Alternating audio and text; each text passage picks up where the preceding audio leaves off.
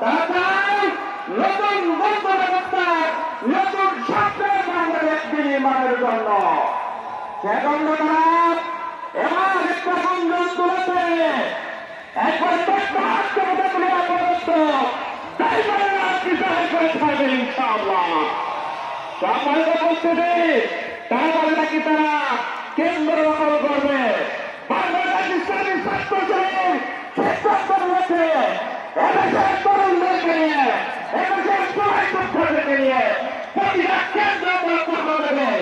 আমরা দেখতে চাই তারা কেন্দ্র দখল করতে আছে। আমরা দেখে নেব তারা কিভাবে কেন্দ্র দখল করে।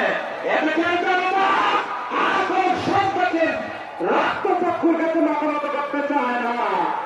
তারা তাদের শিল্পা সুধার রাখতে চায়। তারা বাংলাদেশকে পৃথিবীর মুখে একটি উন্নত বাংলাদেশ হিসেবে গড়ে তুলতে চায়। সেই বাংলাদেশের প্রতিপক্ষে যারা কাজ করবে তাদেরকে আমরা সাবধান করে বলতে চাই, আপনারা এই ধরনের পুরাণ যেমন ব্যবস্থা রাজ্যসভা থেকে বাইরে যাচ্ছেন এগুলোর মানুষ কি চায় সেদিকে আপনারা লক্ষ্য করুন।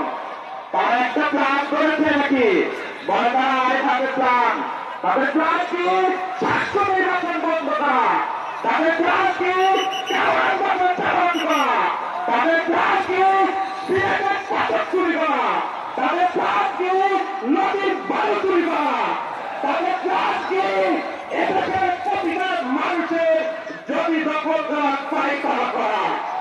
এই ধরনের দখলবাজ, এই ধরনের দুর্নীতিবাজ, এই ধরনের চালাক সে দেশের মানুষ দেখতে চায় না। সুতরাং আমাদের একটা স্পর্শ যারা এই ধরনের দখলবাজ, এই ধরনের দুর্নীতিবাজ মান থেকে বাড়ি করে আসুন। এদেশের মানুষ এখন চায় এদেশের পরিবর্তন করতে।